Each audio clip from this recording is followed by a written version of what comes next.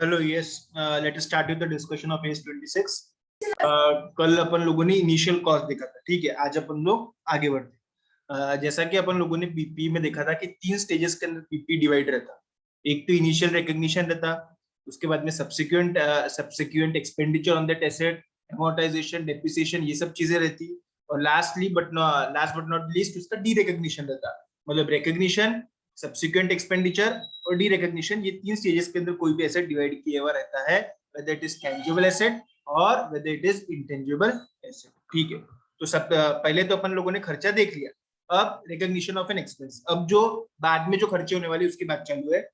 Expenditure on an intangible item should be recognized as an expense when it is incurred। जब वो incur हो रहा है expenditure intangible item के ऊपर, कोई भी एक्सपेंडिचर अगर होता होगा उसका तब पीएनएल के अंदर आप लोगों ने डाल देना चाहिए। कब आप उसको पीएनएल में नहीं कॉस्ट में डालेंगे? जब वो कॉस्ट का पार्ट होगा। जैसे एक आपने पीपी लाया, ओके, पीपी को लाने के लगा इंस्टॉलेशन का खर्चा। अब ये इंस्टॉलेशन का खर्चा पीपी को लाने के लगा, तो पीपी को जरूरी है ये, तो इंस्टॉलेशन का खर्चा उसके अंदर ही एडअप किया जाता है। जैसे कि एक है इंटेंजिबल, ठीक है। आपने एक कहानी लिखी, ठीक है। बाद में कहानी आप उसको किसी को बेचना भी चाहते हो, ठीक है, तो आपके लिए वो इंटेंजिबल एसेट है, ठीक है। और वो कहानी को इंटेलेक्चुअल प्रॉपर्टी राइट्स के तहत रजिस्टर करने के लिए आपको 1 लाख रुपए खर्चा आ रहा है, तो 1 लाख रुपए का खर्चा कहानी के खर्चे के अंदर आपको ऐड करना पड़ेगा। क्यों? क्योंकि वो कॉस्ट ऑफ इंटेंजिबल के अंदर ही एड अप हो जाता है। क्योंकि वो जो खर्चा है, it is necessary to put that intangible into use. To put to use करने के लिए वो जरूरी है उसको रजिस्टर करना। किसी को भी गाड़ी बेचना है तो जरूरी है ना आरसी बुक होना। वैसे ही इंटेंजिबल एसेट भी किसी को बेचना है तो जरूरी है वो इंटेलेक्चुअल प्रॉपर्टी के तहत रजिस्टर्ड है गवर्नमेंट ऑफ इंडिया के पास में। तो इंटेंजिबल एसेट्स पे का खर्चा अपन लोग पीएनएल में डाल देते, अनलेस वो खर्चा इंटेंजिबल का पार्टी होगा तो, ठीक है। The item is acquired in amalgamation nature of purchase and cannot be recognized as an intangible asset. It forms a part of the amount attributable to the goodwill as at the date of the acquisition, ठीक है। आपने amalgamation करे हुआ है, ठीक है। एक company को आपकी कंपनी के अंदर संभाल लिया, मतलब अमालगमेट करवा लिया। आप हो टेड कंपनी, सामने वाली है टिंग कंपनी, ठीक है। आप क्या हो गए, देखो, ए कंपनी है, कंपनी जिसके अंदर अमालगमेशन होने वाला है, बी कंपनी जो ए के अंदर अमालगमेट होने वाली है। A is your amalgamated company and B is your amalgamating company, ठीक है। The item is acquired in an amalgamation in nature of purchase and cannot be recognized as an intangible asset. It forms the part of the amount attributable to the goodwill as at the date of the acquisition। क्या बोल रहे हैं वो कि जैसे आगे कल का एग्जांपल में अगर लेता कि मैंने बी को कितना दिया मालूम है क्या? मैंने बी को दिया हुआ है 100 सीआर का, मैंने उनको पैसा दिया। बी के पास में आइडेंटिफाइड टेंजिबल इंटेंजिबल कितने हैं? 95 सीआर के हैं। अब ये जो 5 करोड़ मैंने जो उनको एक्स्ट्रा दिया, ये 5 करोड़ जो मैंने उनको एक्स्ट्रा दिया, बताओ इसका क्या करूं मैं? क्या पीएनएल के अंदर 5 करोड़ रुपए डाल दूं कि एज अ गुडविल में रिकॉग्नाइज कर सकता 5 करोड़? कौन बताएगा? बंसी कड़ी बोलो तो। मैंने बी लिमिटेड को ए लिमिटेड के अंदर संभाल लिया, समझ में आ रहा? बी लिमिटेड के पास में आइडेंटिफाइड टेंजिबल इंटेंजिबल एसेट्स थे 95 करोड़ के, मैंने उनको दिए बी लिमिटेड को 100 करोड़ के, मैंने 5 करोड़ बी लिमिटेड को ज्यादा दिया। क्या मैं 5 करोड़ रुपए मेरे पीएनएल को डेबिट करूं कि किसी और कुछ नाम से उसको बुक्स के अंदर एंटर करूं? बंसी कड़ी। सर गुडविल के नाम से रिकॉग्नाइज होगा। हाँ, गुडविल के नाम से आपको उसको खर्चे को रिकॉग्नाइज करना पड़ेगा। ये इंटेंजिबल एसेट है, ये पीएनएल के अंदर डालने वाला खर्चा नहीं है। तो इन दो केसेस में पीएनएल के अंदर खर्चा मांडे नहीं जाता इंटेंजिबल एसेट का। बाकी सभी केसेस के अंदर इंटेंजिबल एसेट के ऊपर हुआ खर्चा अपन लोग पीएनएल के अंदर एब्सॉर्ब करते हैं, पीएनएल के अंदर डाला जाता है, मांडा जाता है, ठीक है। In some cases, expenditure is incurred to provide future economic benefits to the enterprise, but no intangible other asset is acquired or created that can be recognized. In these cases, the expenditure is recognized as an expense when it is incurred. For example, expenditure on research it is always recognized as an expense, क्योंकि इसके अंदर कोई asset का जन्म नहीं हो रहा है, कोई सक्सेसफुल फॉर्मूला लॉन्च नहीं हो रहा है। समझ में आ रहा है? जैसे एक्सपेंडिचर ऑन एडवर्टाइजमेंट, ठीक है, मैंने एडवर्टाइजमेंट के ऊपर एक्सपेंडिचर किया है, ठीक है। ऑफकोर्स एडवर्टाइजमेंट के ऊपर आप क्यों खर्चा करते बताओ? क्योंकि आपको लगता है कि इससे सेल बढ़ेगा। लेकिन कोई intangible asset as such create होता है कि उसमें कि पक्का पक्का ये होगा, एसेट क्रिएट होगा जो मुझे फ्यूचर इकोनॉमिक बेनिफिट देगा, ऐसा कुछ भी नहीं। समझ में आ रहा है? तो एडवर्टाइजमेंट का खर्चा भले आप 5 साल के लिए एक बार में कर रहे, 10 साल के लिए एक बार में कर रहे, लेकिन स्टिल वहां पे कोई एसेट क्रिएट नहीं होता है। अभी तक क्या आप लोगों ने देखा होगा बुक्स के अंदर, miscellaneous expenditure not return of, या फिर एडवर्टाइजमेंट का खर्चा जो 2 साल के अंदर आपको जिसका बेनिफिट मिलने वाला है, अपन लोग 12वीं तक के कैसा करते थे, उसको 1 साल के अंदर आधा लिखते थे, दूसरे साल के अंदर आधा लिखते थे। तो पहले साल आधा एक्सपेंडिचर अपन लोग एसेट करके बताते थे, ये पहले बताते थे। अब ऐसा कुछ भी नहीं चलता है, क्योंकि कोई ऐसा इंटेंजिबल एसेट क्रिएट ही नहीं होता है। I am repeating my example what I stated earlier. I have spent 100 crore on advertisement, ठीक है। इसका बेनिफिट मुझे लगभग 2 साल के अंदर मिलने वाला है, ईयर 1 और ईयर 2। तो 12वीं तक के आप लोग क्या करते थे, 12वीं तक के जब आप लोगों ने कंपनी अकाउंट्स के बारे में आपको माहिती नहीं थी, पता नहीं था क्या रहता था, आप क्या करते थे, 50 करोड़ ये बार के पीएनएल के अंदर लिखते थे, है ना। और 50 करोड़ का आप लोग क्या बताते थे, एसेट। 50 करोड़ का एसेट बताते थे, पूरा की पूरा 1 साल में राइट ऑफ नहीं करते थे, क्योंकि बोले 2 साल के अंदर खर्चा मिलता है। 50 करोड़ का एसेट बताते थे, 50 करोड़ का पीएनएल बताते थे। फिर अगले साल वो 50 करोड़ के एसेट को भी राइट ऑफ कर देते थे, transferring the amount to the PNL, ऐसा बताते थे। अब ऐसा नहीं होता है, पूरा की पूरा 100 करोड़ एक बार में ही पीएनएल को डालना है। समझे क्या? क्या बोला मैंने अभी, समझा कि किसी को डाउट है मैंने क्या बोला अभी? अंजलि भक्कड़। सर हाँ पूछो। सर प्रिलिमिनरी एक्सपेंस का भी सेम ट्रीटमेंट होंगी ना? प्रिलिमिनरी एक्सपेंसेस का भी सेम ट्रीटमेंट होगा, miscellaneous expenditure not return of का भी सेम ट्रीटमेंट होगा, advertisement expenditure for 5 year 10 year का भी सेम ट्रीटमेंट होगा। ये सब खर्चे अपन लोग क्या करते थे मालूम है क्या, बैलेंस शीट में एसेट साइड में नीचे बता के पटक देते थे, miscellaneous expenditure not return of, preliminary expenses not return of, advertisement expenditure not return of, and so on. ये सब क्या हो जाते थे, इसको आपको मालूम है एक नाम बोलते थे, yes can anybody recognise that name? क्या नाम था ये सब चीजों का, बताओ।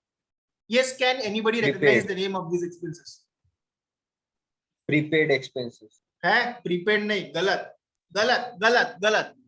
क्या नाम था ये सब चीजों का?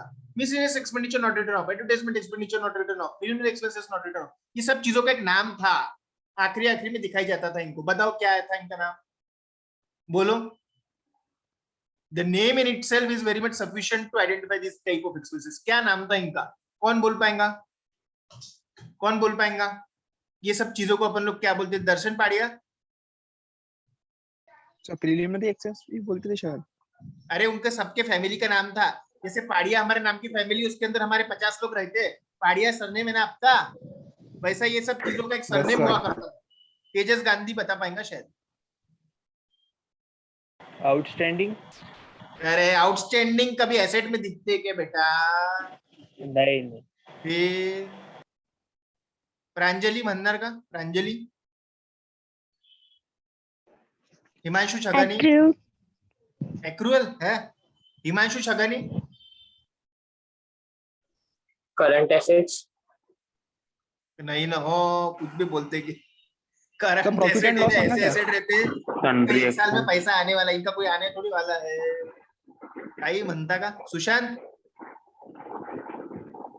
डिफर्ड नहीं एक्सपेंसेस हो, नहीं ना, कुछ भी मत बोलो। हाँ चल, हो गए सब, थक गए, हर गए। Miscellaneous expense. नहीं ना, अरे वो फैमिली में मिसलेनियस एक्सपेंस आता, miscellaneous expenditure not return of, preliminary expenses not sir return of, advertisement expenditure not profit return end of. Loss, हाँ प्रॉफिट एंड लॉस आता ना, debit side of profit and loss ऐसा। वो तो loss रहता, debit side जो अपन बताते वैसा पहले बताते थे नहीं। चलो इनिशियल बताता मैं उसका, एफ ए। अब बोलो तो, अब बोलो तो, एफ ए बोलते अपन उसको, एफ ए। कुछ ऐसा चीज रहती है जैसे झूठी झूठी बोले जाती है, मतलब वो है नहीं, लेकिन अपन उनको झूठा झूठा बोल के लेते थे इसमें। यस, फिक्टिशियस एसेट बोला करते थे अपन उनको, याद करो 12वीं के समय, 11वीं के समय, फिक्टिशियस एसेट करके miscellaneous expenditure, preliminary expenditure, advertisement expenditure, जो जो सारे खर्चे जिनको अपन ने अभी तक राइट ऑफ नहीं किया वो अपन लोग बताते थे। अब बताना नहीं है, ये सब एसेट बताना ही नहीं है। पहले भी एसेट नहीं देते थे वो, लेकिन जबरदस्ती बताना पड़ता था। कंपनीज एक्ट 2013 ने ये सब बताना बुताना बंद करके, कोई ऐसे एसेट क्रिएट मत करो। पहले भी उनका नाम क्या था, पहले भी उनका नाम क्या था, झूठे कहीं के एसेट्स, फिक्टिशियस एसेट्स। अब तो उनको एसेट में जगह ही नहीं दे रहे, क्या बोल रहे, जो भी खर्चा होता है भले उसका बेनिफिट 2 साल मिलता होगा, आज के आज राइट ऑफ करने का। Getting my point? ठीक है, उसके बारे में ही डिस्कशन था। ठीक है, किसी को कोई डाउट? तो सर अब एसेट हमने क्रिएट नहीं करने के, miscellaneous expenditure, not return of advertisement expenditure, not return of नहीं करने के। सर फिर मैंने 5 साल के लिए अभी भर के रख दिया, जब भरा ना जब पीएनएल में डाल देने का, झूठे एसेट बनाने के नहीं। समझ में आ रहा? Any doubt in this regard? किसको कोई डाउट है क्या? बहुत इंपॉर्टेंट बात बोली बोला मैंने, कोई ऐसे एसेट बनाने के नहीं। क्यों?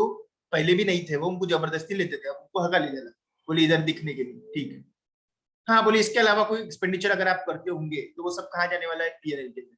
जैसे अभी तो मैंने बता ही दिया आपको, expenditure startup activities, startup cost, unless this expenditure included in the cost of an item of fixed asset under STM. मतलब फिक्स्ड एसेट का कोई पार्ट होगा तो फिक्स्ड एसेट ही हो जाता, उसके अलावा कोई खर्चा होगा तो वो सब पीएनएल में ही जाने वाला है। ये सब पीएनएल का है। हाँ, expenditure on training, advertisement, promotion, relocating, reorganising, ये सब पीएनएल का ही पार्ट है।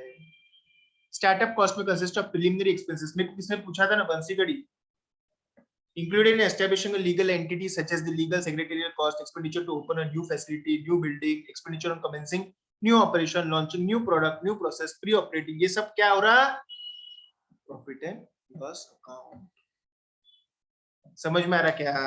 तो अब प्रिलिमिनरी एक्सपेंसेस करके एसेट बताना नहीं, एडवर्टाइजमेंट एक्सपेंडिचर करके एसेट बताने का नहीं, ट्रेनिंग एक्टिविटी एसेट बताने का नहीं, प्रमोशन एक्टिविटी एसेट बताने का नहीं, रिलोकेशन एसेट बताने का नहीं, रीऑर्गेनाइजेशन एसेट बताने का नहीं, स्टार्टअप एक्टिविटी का खर्चा एसेट बताने का नहीं। Getting my point? ओके, ठीक है, समझ में आ रहा? कोई डाउट है क्या?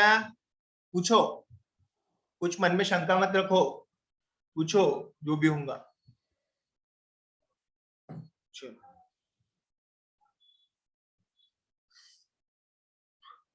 the above guidance does not apply to the payment for delivery of goods or services made in advance of the delivery of the goods or rendering of service. Such prepayments are recognized as assets. क्या बोल रहे हैं? The above guidance does not apply to payment for the delivery of goods or services made in advance of the delivery of goods or rendering of services. Such prepayments are recognized as assets. कैसा रहता कि जैसे आपने एक asset खरीदा, ठीक है, उसके लिए आपने कुछ पेमेंट पहले एडवांस में दिया, बाद में आपने दिया, ठीक है। मैं अब आपको बताता क्या होता कि एक एसेट है 2 CR का, 2 करोड़ का एसेट है, ठीक है, 1 करोड़ अभी दिया और 1 करोड़ बाद में दिया, ठीक है। 1 करोड़ अभी दिया 1 महीना पहले, 1 करोड़ 1 महीना बाद में दिया। मेरे को एक बात बताओ, एसेट 2 करोड़ का रहेगा कि 1 करोड़ का रहेगा? बताओ, बोलो, कौन बोलेगा? 2 करोड़। 2 करोड़ का ही रहेगा ना, उससे कोई फर्क नहीं पड़ता। एडवांस में भी अगर आपने पेमेंट दिया होगा तो 1 करोड़ सपोज बोले आपने एडवांस दिए हुआ, तो उससे क्या एसेट के ऊपर कोई फर्क पड़ेगा क्या? नहीं। समझ में आ रहा है ना?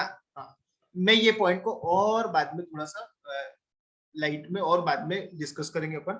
अभी के लिए आप समझ लो कि सारे ये जो खर्चे मैंने बताया दिया, advertisement, miscellaneous expenditure, preliminary expenditure, relocation expenditure, reorganisation expenditure, startup expenditure, pre opening expenditure, pre operating expenditure, pre operating losses, ये सब के सब इंटेंजिबल नहीं है। ये सब के सब पीएनएल के अंदर एक बार में डेबिट हो जाते हैं, whatever may be the amount. Okay, सिर्फ ये पॉइंट के ऊपर अपन थोड़ा सा एक बार बाद में और डिस्कस करेंगे व्हाइल वी एंडिंग दिस, ठीक है। थोड़ा एक अलग तरीके से डिस्कस करेंगे एक एग्जांपल के साथ, ठीक है। तो यहाँ तक कि किसी को कोई डाउट है क्या? अभी मेरे को पूछो, अभी कुछ भी डाउट होगा तो पूछो। सुकृता का डाउट है क्या? No sir. अनुश्री बड़ेरा का कुछ डाउट है क्या? No sir. ओके, चलो। अब जैसे कि बात हुई थी, पहले इनिशियल रिकॉग्निशन हुआ, अभी लाइफ के दौरान सब्सिक्वेंट एक्सपेंडिचर और बाद में D-recognition, of course subsequent expenditure. चलो, अब वही बात जब अपन ने पीपी में डिस्कस किया था कि सब्सिक्वेंट एक्सपेंडिचर अगर वो इंटेंजिबल एसेट का रिकॉग्निशन क्राइटेरिया अगर वो मीट कर रहा होगा तो आप उसको भी इंटेंजिबल करके ले लेंगे। समझ में आ रहा है? ओके, नहीं मीट कर रहा हूँ तो नहीं मीट कर रहा हूँ सब्सिक्वेंट एक्सपेंडिचर इंटेंजिबल एसेट का क्राइटेरिया, तो क्या करेंगे बताओ, बोलो। Subsequent expenditure recognition criteria meet करता हूँ तो उसको इंटेंजिबल के कॉस्ट में ऐड करेंगे, अगर वो रिकॉग्निशन क्राइटेरिया मीट नहीं करता हूँ तो उसका क्या करना सब्सिक्वेंट एक्सपेंडिचर का, बोलो। P&L. हाँ ऑफ कोर्स, जो भी नहीं, जिसको नहीं मिलता कहीं स्थान, उसके लिए है P&L। Okay, subsequent expenditure on intangible asset after its purchase or completion should be recognized as an expense when it is incurred unless it is probable that the expenditure will enable the asset to generate future economic benefit in excess to the originally assessed standard and performance। मतलब पहले से ज्यादा ये खर्चा करने की वजह से बोले इसके बेनिफिट बढ़ जाएंगे, मतलब उसकी वजह से क्या होने वाला है, आपको एक्स्ट्रा फ्यूचर इकोनॉमिक बेनिफिट्स मिलने वाले हैं। Expenditure can be measured reliably, मतलब एक तरीके से ये क्या है मालूम है क्या, अगर subsequent expenditure recognition criteria meet करता होगा तो आप उसको इंटेंजिबल के कॉस्ट में ही ऐड करेंगे। Getting my point? वही तो था फ्यूचर इकोनॉमिक बेनिफिट्स, लेकिन सब्सिक्वेंट है तो क्या होगा, पहले से कुछ ज्यादा मिल रहा होगा तो, और cost can be reliably measured. ये सब होता होगा तो subsequent expenditure should be added to the cost of the intangibles। Subsequent expenditure on brand, masthead, publishing title, customer list, and items similar substances is always recognized as an expense to avoid the recognition of an internally generated goodwill। Rathi बड़े वाले ने क्या करा मालूम है क्या, राठी बड़े वाला नाम का एक ऑर्गेनाइजेशन था, आरपी नाम का उनका ट्रेड नेम था, ठीक है, आरपी नाम का उनके ट्रेडमार्क था, ट्रेड नेम था, ब्रांड नेम था, जो बोल सकते हो। इन्होंने इसको नया ऐसा डिजाइन करके लाया, बोले ये ऐसा ऐसा ऐसा कुछ तो भी ऐसा स्टार रहेगा और अंदर बोले हम आरपी लिखेंगे, और फिर ये लोगों ने रजिस्टर करके लाया बोले इंटेलेक्चुअल प्रॉपर्टी के अंदर, ठीक है, फिर बोले इसको हम ट्रेडमार्क बना रहे हैं। समझ में आ रहा? तो ये लोगों से ये लोगों में जाने के अंदर मुझे कितने खर्चा लग गया मालूम है क्या, 22 लाख रुपए खर्चा लग गया डिजाइन करके लाने। ये 22 लाख रुपए मैं क्या करूं बताओ, तो P&L करके रिकग्नाइज करूं कि इंटेंजिबल एसेट करके रिकग्नाइज करूं, बोलो। लोगों बदला 22 लाख रुपए का खर्चा हो गया, बोलो क्या करूं? P&L में रिकॉग्नाइज। P&L गर्ल्स में कौन देगा आंसर, बोलो तो। गर्ल्स में सब सो रहे क्या आप लोग, बोलो तो। गर्ल्स में जब तक के आंसर आता नहीं मैं आगे नहीं बढ़ रहा, बोलो। सो मत यार क्लास में, कौन बोलेगा? ऋतुजा बोलो तो, क्या करना है खर्चे का, ऋतुजा। सर P&L में चार्ज करेंगे। इसको कैपिटलाइज इंटेंजिबल एसेट करके क्यों नहीं ट्रीट करना ऋतुजा?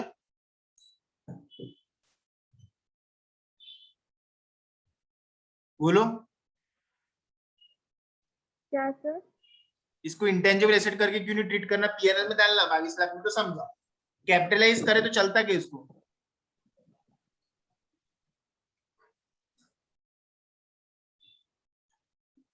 बोलो, कैपिटलाइज करे तो चलता क्या?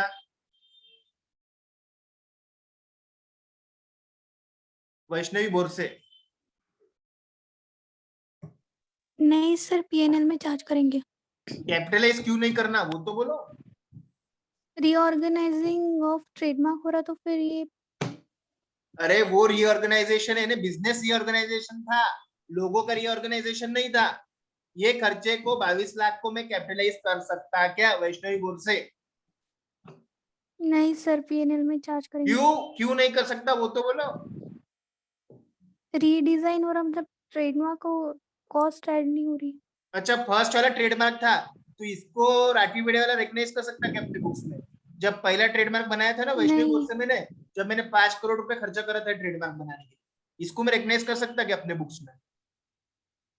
नहीं, ये भी नहीं। इंटरनली जनरेटेड है ना। हाँ जोर से बोलो ना तो।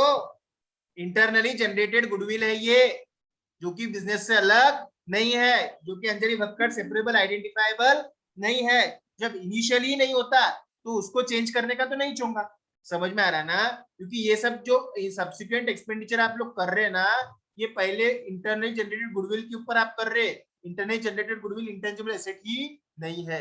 अगर पहले वाला एसेट ही नहीं है तो वो खर्चा भी एसेट पे हुआ ही नहीं। वो सब करना है इंटरनली जनरेटेड गुडविल को ही बुक्स में रिकग्नाइज करना हो जाएगा।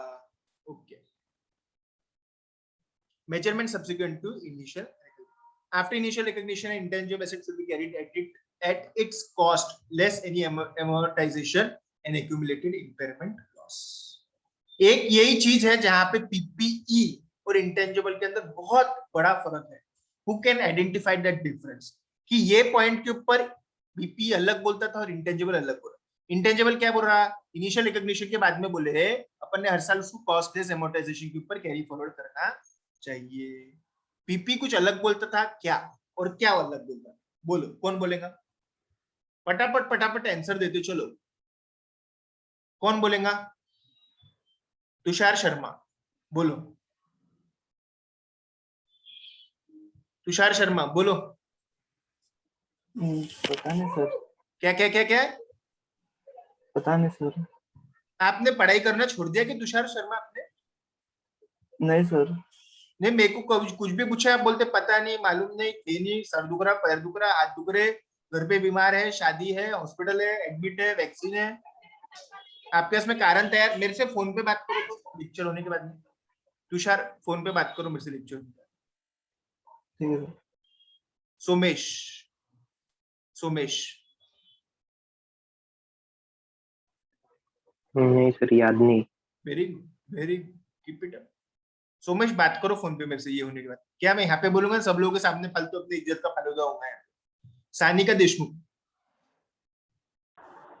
सर क्वेश्चन सानिका देशमुख, माझा क्वेश्चन हे होता की इनिशियल रिकग्निशन झाल्यानंतर इंटेंजिबल एसेट आपण कॉस्टलेस अमोर्टायझेशन वर कॅरी फॉरवर्ड करतो। पीपी मध्ये पण असाच प्रकार होता की काहीतरी वेगळं होतं। पीपी म्हणजे S10 जे आपल्या याच्या अगोदर झालेलं आहे। पीपी मध्ये पण असाच पॉलिसी होती की काहीतरी वेगळी अकाउंटिंग पॉलिसी होती पीपी मध्ये।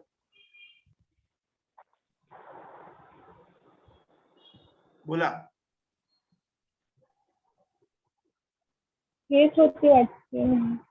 हाँ हाँ, तुक्के और तुक्के पे तुक्के मारो आप, कुछ भी मन में जो आया बोलो, फेंको कुछ भी। पढ़े कुछ नहीं आज तक के, तो ऐसे ऐसे गंदे गंदे आंसर निकलते सब। हाँ, कौन आदमी है जो बता पाएगा? गीता बता पाएंगे? Gita, sorry sir, no idea. Very good. कोई है क्या? अंजलि भक्कड़ बैच में नहीं है क्या? अंजलि भक्कड़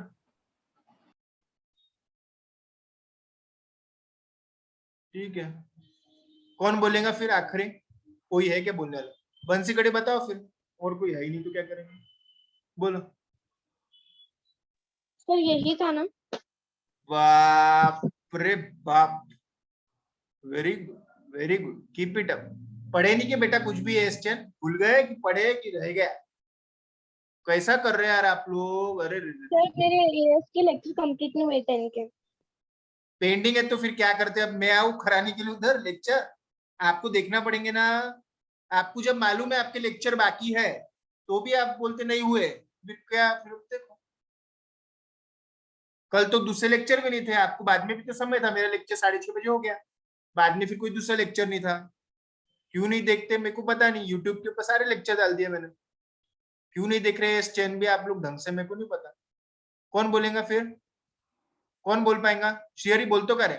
पीपी मध्ये काय वेगळं होतं याच्यापेक्षा?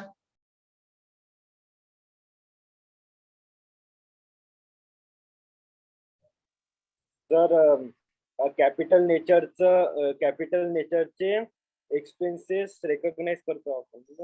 अरे बाबा थांबून जाऊ दे।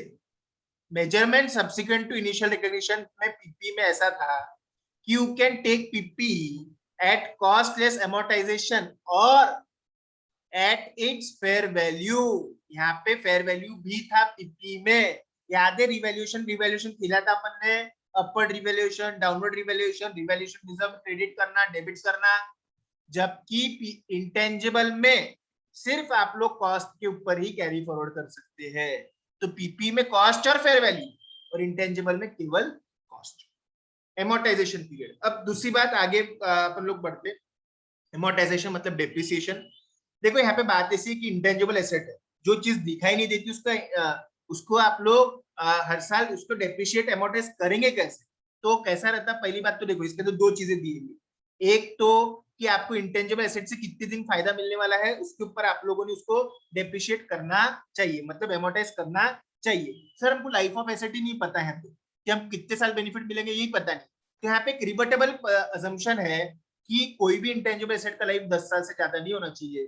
तो अगर आपको लाइफ पता है तो वो, नहीं तो फिर इंटेंजिबल एसेट का प्रिज्यूम्ड लाइफ है, अज्यूम्ड लाइफ है, एक अजम्पशन है इंटेंजिबल एसेट के एएस में दिया हुआ है कि उसको 10 साल से ज्यादा लाइफ नहीं रहती। तो कोई भी इंटेंजिबल एसेट की लाइफ 10 साल से ज्यादा नहीं रहना चाहिए अनलेस अंटिल आपके पास में कोई दूसरे प्रूफ होंगे तो। क्या बोला मैंने, जनरली डेप्रिसिएशन कैसा होता, ओवर इट्स यूजफुल लाइफ, है ना। अब यहाँ पे लाइफ नहीं पता है तो बोले 10 साल की लाइफ अज्यूम करो, है ना। आपको लगता है सर हमारा इंटेंजिबल एसेट है, हमने 15 साल के लिए उसको हमारे नाम पे लिया, तो 15 साल पे करो, अगर आपके पास में ऐसा प्रूफ होगा तो। सर हमको पता ही नहीं इसका बेनिफिट कितने साल में चलेगा, तो 10 साल के ऊपर लेना चाहिए। अगर यूजफुल लाइफ आपको पता है तो वो लो, नहीं पता है तो 10 साल का असम्पशन एएस के अंदर ही दिए हुआ है। तो लाइफ नहीं दिए भी रही आपको इंटेंजिबल एसेट की, तो आपने 10 साल अज्यूम करना चाहिए, ठीक है। In some cases, there may be persuasive evidence that the useful life of an intangible asset will be specific longer than the 10 years. In these cases, the presumption that the useful life is generally does not exceed 10 years is rebutted and the enterprise. क्या हो गया कि वैसे तो हम 10 साल का useful life यहाँ पे कंसिडर करते हैं, अगर आपके पास में प्रूफ है कि 10 साल से अगर वो ज्यादा है तो आपने क्या चीजें ध्यान में रखना चाहिए कि amortize the intangible asset over the best estimate of the useful life. Estimate the recoverable amount of the intangible asset at least annually in order to identify any impairment loss. हर साल देखो कुछ चेंजेस तो नहीं है market value और book value के अंदर, है ना। देखो इम्पेयरमेंट यानी क्या रहता है कि कोई चीज का आपका बुक वैल्यू है 1 करोड़, उसका मार्केट वैल्यू सिर्फ 1 लाख, तो आपको एसेट को नीचे लेके आना पड़ता है 1 लाख के ऊपर, इसको बोलते हैं इम्पेयरमेंट। तो ऐसा देखो आपकी बुक वैल्यू में ज्यादा बुक में ज्यादा तो नहीं और मार्केट में बहुत कम तो नहीं होगी वैल्यू, ठीक है। Disclose the reasons why presumption is rebutted and the factors that played a significant role in determining the useful life. कि आपके हिसाब से क्यों 10 साल का assumption आपको नहीं मान रहे आप लोग। रिबटेड कर रहा मतलब कि 10 साल का जो assumption है उसको आप उल्लंघन कर रहे हैं, उससे आप परे जा रहे हैं, उसको आप अलग रख रहे हैं कि वैसे क्या है इंटेंजिबल एसेट की यूजफुल लाइफ 10 साल है, बोले इंटेंजिबल एसेट की यूजफुल लाइफ बोले 10 साल है, ये assumption जनरल दिए हुआ है। लेकिन कभी कभी आपको लग रहा है कि नहीं इससे ज्यादा चलेगा, तो 10 साल का assumption को रिबर्ट करते हैं, मतलब we cross that assumption, we are not following that assumption, इसको बोलते हैं rebuttal of the assumption. Presumption is rebutted and the factors that played a significant role in determining the useful life of the asset. तो क्या factors थे जिसके basis के ऊपर आपका लाइफ इंटेंजिबल एसेट की लाइफ जो 10 साल की दी हुई उससे ज्यादा आपको लगता है, ठीक है। तो एक ही बात ध्यान में रखो, इंटेंजिबल एसेट का यूजफुल लाइफ कुछ नहीं दिया है तो 10 साल है, ओके। एमोर्टाइजेशन के मेथड वही straight line method, WDV method, unit of production method, ये बताने की जरूरत नहीं, वही हर बार रहता, ठीक है। रेसिडुअल वैल्यू ये अपन लोग अभी डिस्कस करेंगे, ठीक है। जब तक कि एक बार सिर्फ आप एक जो छोटा सा पॉइंट में बोलता आपको पढ़ने के लिए इतना पढ़ने का है, बहुत अच्छा दिया हुआ है, पढ़ो।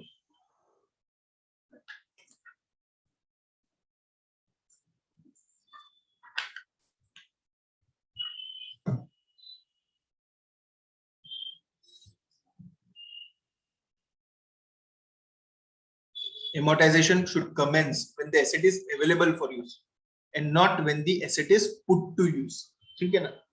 put to use कोई जरूरी चीज नहीं है, जिस दिन वो तैयार हो गया उस दिन से amortization चालू हो जाए।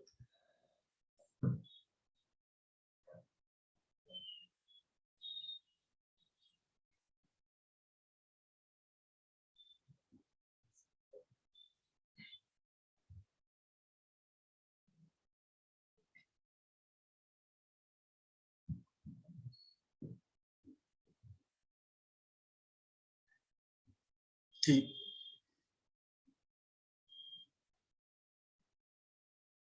रेसिडुअल वैल्यू ऑफ कोर्स क्या रहेगा, एसेट की यूजफुल लाइफ के बाद में जो बचा हुआ जो भी रहता होगा जिसको अपन लोग स्क्रैप बोलते हैं। टेंजिबल है तो स्क्रैप बोलेंगे, इंटेंजिबल में तो जनरली कुछ बचता ही। रेसिडुअल वैल्यू जनरली इंटेंजिबल की बताओ क्या रहती होंगी, 0, क्योंकि उसका वैसे भी कुछ दिखाई चीज देती ही नहीं, तो लाइफ के बाद में तो वैसे भी कुछ रह नहीं वाला। Residual value of an intangible should be assumed to be 0। तो देखो दो बहुत इंपॉर्टेंट असम्पशन है इंटेंजिबल एसेट, एक लाइफ है उसकी 10 साल, दूसरा रेसिडुअल वैल्यू उसका 0। अरे बाबा टेंजिबल में ही तो रेसिडुअल वैल्यू स्क्रैप रहती, भंगा देती, कुछ नहीं रहता, बहुत मिनिमम रहता। तो इंटेंजिबल में तो दिखाई नहीं देती थी वो चीज, तो उसका स्क्रैप वैल्यू रेसिडुअल वैल्यू क्या रहने वाली है, 0, ठीक है। रेसिडुअल वैल्यू 0 है अनलेस क्या there is a commitment by a third party to purchase the asset at the end of useful life. Useful life होने के बाद में कोई थर्ड पार्टी आपको परचेस करके कुछ पैसे देने वाला होगा वो रह सकता, या फिर यूजफुल लाइफ खत्म होने के बाद में एक्टिव मार्केट होगा, चीज बेची जाती होगी। Residual value can be determined by reference to market and it is probable that such market exists at the end of useful life. ठीक है, कोई दूसरे assumption होंगे तो ठीक है, कोई लेने वाला होगा आपके बाद में useful life के बाद में asset तो ठीक है, समझ में आ रहा है, एक्टिव मार्केट रहता होगा यूजफुल लाइफ के बाद में तो ठीक है, लेकिन जनरली उसका रेसिडुअल वैल्यू इंटेंजिबल एसेट का 0 रहता और उसकी जो लाइफ है वो 10 साल रहती है। समझ में आ रहा क्या, लाइफ है उसकी 10 इयर्स और उसका वो कितना रहने वाला है रेसिडुअल वैल्यू आप लोगों का 0।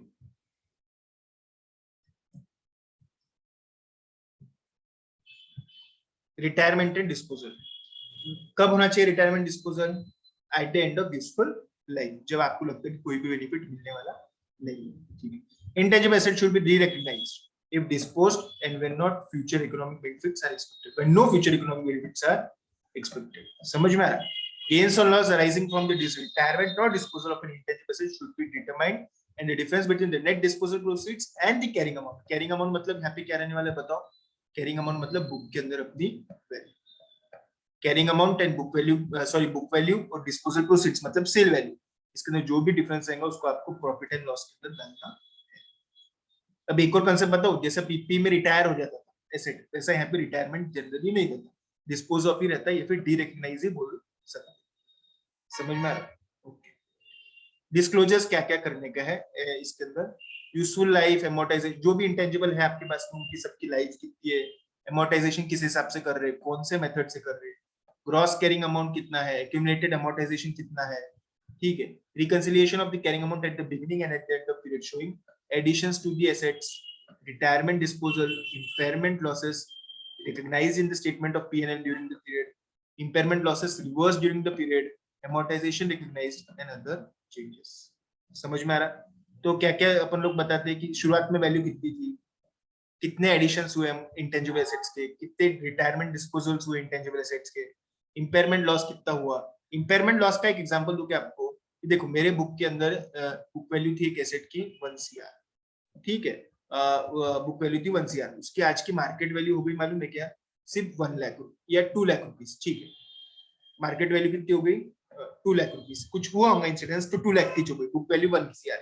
तो मैं क्या करता मालूम है, वो एसेट को मार्केट वैल्यू के ऊपर लेके आता, फेयर वैल्यू के ऊपर लेके आता और 98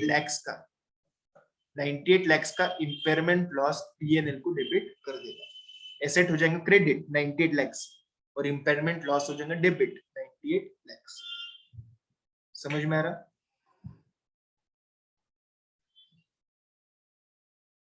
अदर डिस्क्लोजर्स आप लोग छोड़ सकते हैं, कोई इतना काम की बात नहीं। ठीक है, अभी अपन लोग क्या देखेंगे? Illustration number 1, 2, 3। ठीक है, 3 इलस्ट्रेशन दिए हुए, ये इलस्ट्रेशंस अपन लोग देखते हैं और साथ ही साथ मैंने आपको कल नोट्स दिए हुए, उसके आपको मैंने बोला था क्वेश्चन नंबर 1 से लेकर क्वेश्चन नंबर 10 आप लोगों को करने का है। तो एक तो उसमें की डिफिकल्टीज सॉल्व कर लेते हैं और इलस्ट्रेशन नंबर 1, 2 और 3 अपन लोग अभी डिस्कस कर लेते हैं। Getting my point? ये 2 बातें अपन लोग डिस्कस करते हैं। पहले इलस्ट्रेशन नंबर 1 to 10 के अंदर क्या प्रॉब्लम्स है वो आप मुझे बताएंगे। पहली बात, आप लोगों ने ये सॉल्व करे क्या? एक एक को पूछना बहुत जरूरी है आज। हाँ, श्रीहरि है सॉल्व के लिए का क्वेश्चंस? Yes sir. केले का? यस सर, लीले। ठीक है। अनुश्री बढ़िया क्वेश्चन सॉल्व करे के 1 to 10? Yes sir. Very good. बंसी कड़ी क्वेश्चन सॉल्व करे के 1 to 10? Yes sir. Darshan Padiya question 1 to 10?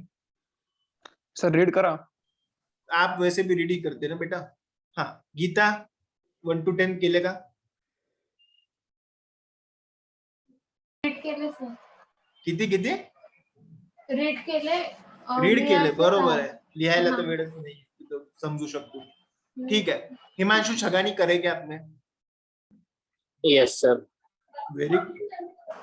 Mehul Purohit करेगा क्वेश्चंस? यस सर, रीड करें। सब रीड करो, बोलो ना। मोहित करेगा क्वेश्चंस?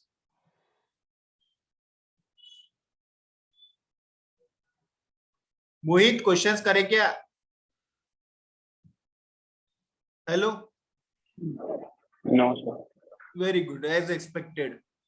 प्रांजली वारुकर क्वेश्चन केलेगा? सर रीड केले। बरोबर आहे, लिहायला तर तसंच वेळ नाहीये। ऋतुजा क्वेश्चंस केले का? सानिका देशमुख क्वेश्चन केले का? सर केले पण 5च केले. सोमेश करे के रे? Yes, sir. Sukruta Gotakhade, yes sir. Tejas Gandhi, yes sir. Tushar Sharma, हाँ सर किए sir. Vaishnavi Borse. Yes sir किए. देखो झूठ मत बोलो, बोले आप लोग मेरे को यस बोल रहे हैं, मैं यहाँ पे यस कंसिडर कर रहा. शाम के 6:10 हो रहे, बोले शाही शाम पे झूठ बोलने का नहीं, पहले ही बोल रहा. किसी ने नहीं किए होंगे तो मेरे को खुद ही बोलो आप. अब मैं क्वेश्चन पूछने वाला हूँ आप लोगों से, ये भी बात ध्यान में रखना. चलो ठीक है. तेजस गांधी होंगे लेक्चर में. तेजस है ना? Yes sir. हाँ तेजस बेटा, क्वेश्चन नंबर 1 तो आपने किया ही होगा, जैसे कि अभी आपने बोला ही. हाँ सर. क्वेश्चन नंबर 1 आया क्या? Yes sir. Swift Limited acquired a patent at the cost of 80 lakh for a period of 8 years. Product life cycle is also 8 years. 8 साल की लाइफ है, ठीक है. 80 लाख का प्रोडक्ट है. Company capitalized the cost and started amortizing the asset at 40 lakh per annum after 2 years. 40 lakh के ऊपर वो amortize कर रहे हैं. After 2 years, that it is found that the product life cycle will continue for another 4 years from now. Net cash flow from the product during this 4 year we expected to be 36, 46, 44 and 54. ठीक है. What is the amortization cost for each year? बेटा मेरे को एक ही बात बताओ आप, question में गलत Yes, क्या sir. था तेजस का? गलत क्या था? हाँ सही था सब, हाँ सर. पूरा सही है बेटा.